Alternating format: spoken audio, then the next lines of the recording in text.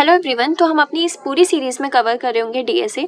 यहाँ पे एक बिगनर लेवल से लेकर एडवांस लेवल तक यहाँ पे हमारी जो एक एक छोटी छोटी वीडियो होगी, एक एक टॉपिक कवर कर रही होगी। जैसे कि आज हम सबसे पहला टॉपिक ले रहे हैं अपना फ्लो चार्ट, जो कि एक बहुत बेसिक टॉपिक है जो आपको समझना चाहिए कि आज आपको पता चलेगा कि फ्लो चार्ट क्या है क्या नहीं है और उसकी कैसे नीड होती है हमारी पूरी कोडिंग में, पूरी डीएसए की, उसमें सब कुछ। तो यहाँ पे ऑलरेडी मैंने पहले से लिख रखा है जिससे कि आपको इजीली मैं बता सकूँ। यहाँ पे हम पहले चीज़ें खुद समझेंगे, समझने का ट्राई करेंगे, फिर ही इम्प्लीमेंट करेंगे। बिना समझे कोई चीज़ इम्प्लीमेंट नहीं होगी। तो बिना किसी देरी के स्टार्ट करते, तो लेट्स गेट स्टार्टेड गाइस। ठीक है, तो सबसे पहले अब आप सोचो, अगर आप कोई भी जैसे कोडिंग लैंग्वेज सीख लोगे, कुछ भी सीख लोगे, उसके बाद आप क्या करते हो? क्वेश्चन ही तो सॉल्व करते हो ना। क्वेश्चन के बेस पे तो पता चलता है कि हमारा कितना सही है कितना नहीं सही है।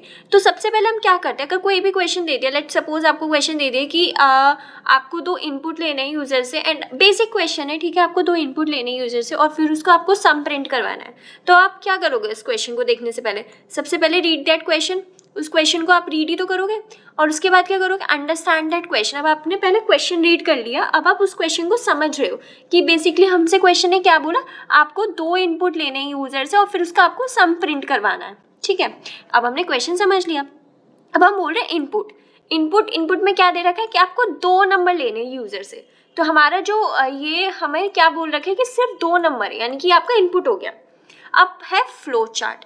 मैम ये फ्लो चार्ट क्या है? आपने ब्रैकेट में लिख रखा है रफली आइडिया, मतलब कुछ समझ नहीं आ रहा है क्या है।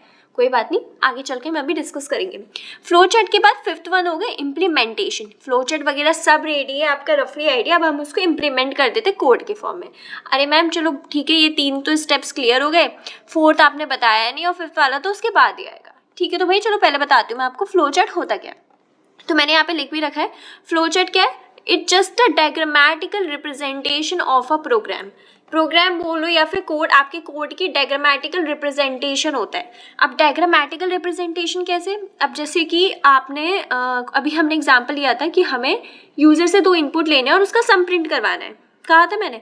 ठीक है, अब आपने क्वेश्चन पढ़ लिया, क्वेश्चन समझ लिया, अब आपके माइंड में एक अप्रोच तो बननी चाहिए ना कि मैम कैसे लेंगे हम उसके एक रफली आइडिया तो बनाएंगे ना माइंड में, जब भी तो उसको कोड करने बैठेंगे। ऐसे थोड़ी ना कुछ भी रफली आइडिया बनाया नहीं और कोड करने पहले बैठ गए, ये तो समझ ही नहीं आ रहा ना।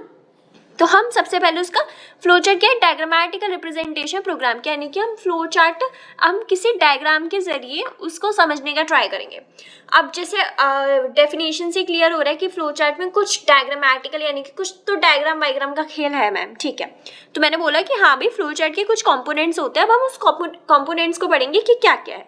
फर्स्ट होता है टर्मिनेटर, जो हमारा स्टार्ट और एंडिंग प्रोसेस बताता है। तो हमारा स्टार्ट हो गया। अब हम उसके बाद में हमारा इनपुट आउटपुट देख लिया। इनपुट आउटपुट के देखने के बाद आता है हमारा प्रोसेस। जो प्रोसेस होता है वो हमारा रेक्टेंगुलर शेप में होता है। प्रोसेस मतलब आपने स्टार्ट कर दी, जो आपने क्वेश्चन पढ़ा उस क्वेश्चन को आपने स्टार्ट लिख दिया। अब आपने उसके इनपुट देख लिया, क्या इनपुट दे रखा है। इनपुट के बाद हम उसको वही तो लिखेंगे ना, उसके प्रोसेस के, उसमें प्लस कर रहे हैं, माइनस कर रहे हैं, क्या कर रहे हैं क्या नहीं कर रहे।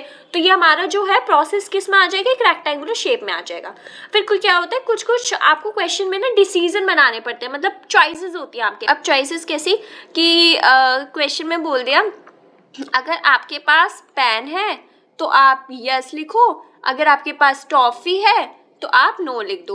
तो ये हमारे पास कुछ चॉइसेस हो गई। तो चॉइसेस को हम किस में लिखते हैं? इस डिसीजन बॉक्स में लिखते हैं। फिर कुछ होता है हमारे पास एरो जैसे कि जो हमारा प्रोसेस का फ्लो बताते हैं। अभी आपको ये चीज़ें और क्लियर होंगी, जिसमें मैं अभी थोड़ा आपको एक फ्लो चार्ट दिखाऊंगी और चीज़ें क्लियर होती जाएंगी। अभी बस आप समझो एरो क्या होते हैं बेसिकली, जिससे आप आपका कोड का फ्लो दिख सके, इसलिए होते हैं। अब ये होते हैं 6th वन कनेक्टर। ये आप आगे चल के यूज़ करोगे जब आप फंक्शन वगैरह पढ़ोगे कॉन्सेप्ट, तो इतना भी ध्यान देने की ज़रूरत नहीं है। बेसिकली जो है आपके ये 5 ही होते हैं, जो होते हैं आपके ये this one terminator, input output, process, decision box and this arrow, जो सबसे मेन एंड इम्पॉर्टेंट होते हैं, जिनका मैंने ना नीचे ये थोड़ा आपको बनाने का ट्राई करा है कि फ्लो चार्ट, जिससे आपको थोड़ा क्लियर हो जाए कि देखो ये डिसीजन बॉक्स हो गया, लिखा हुआ भी है लेट मी थिंक, या आपके एरोज जो बता रहे कोड का फ्लो दिखा रहे कि आपका नीचे है।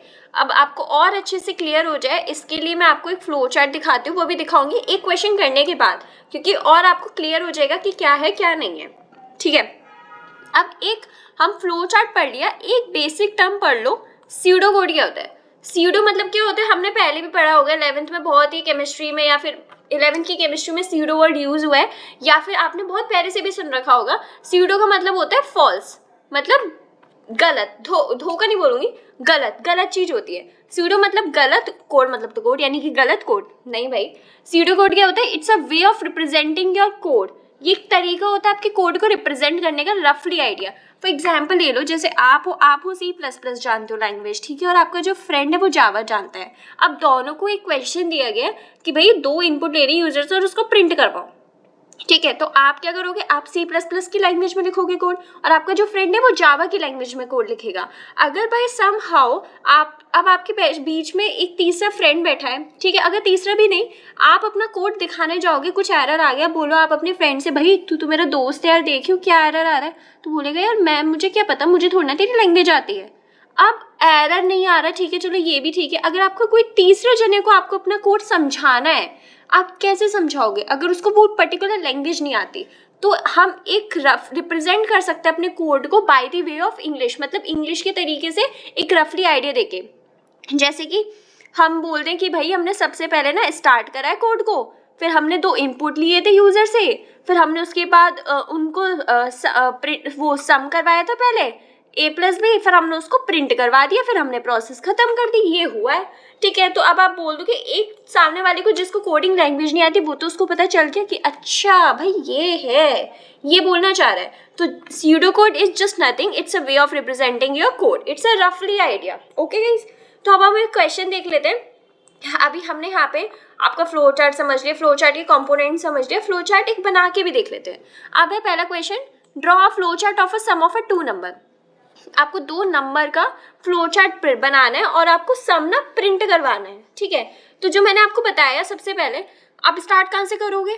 स्टार्ट से ही स्टार्ट करोगे, ठीक है। फिर आप 2 इनपुट लिए A और B, और आपने C इसलिए लिया जिसमें आप स्टोर करवाओगे वैल्यू, ठीक है। आपने रीड कर लिए ABC, आपने क्या बोला? C = A+B, ठीक है भाई, प्रिंट करवा दिए C और प्रोसेस खत्म। ये आपका क्या बन के तैयार हो गया? Flow chart. आपने सबसे पहले स्टार्ट करवाया, 2 इनपुट रीड कर लिए, तीसरा आपने स्टोर करवाने के लिए आपने C = A+B बोल दिया, आपने प्रिंट करवा दिया C। A+B की जो वैल्यू है आपने किस में प्रिंट करवा दी? C में, और प्रिंट कराया C और प्रोसेस खत्म।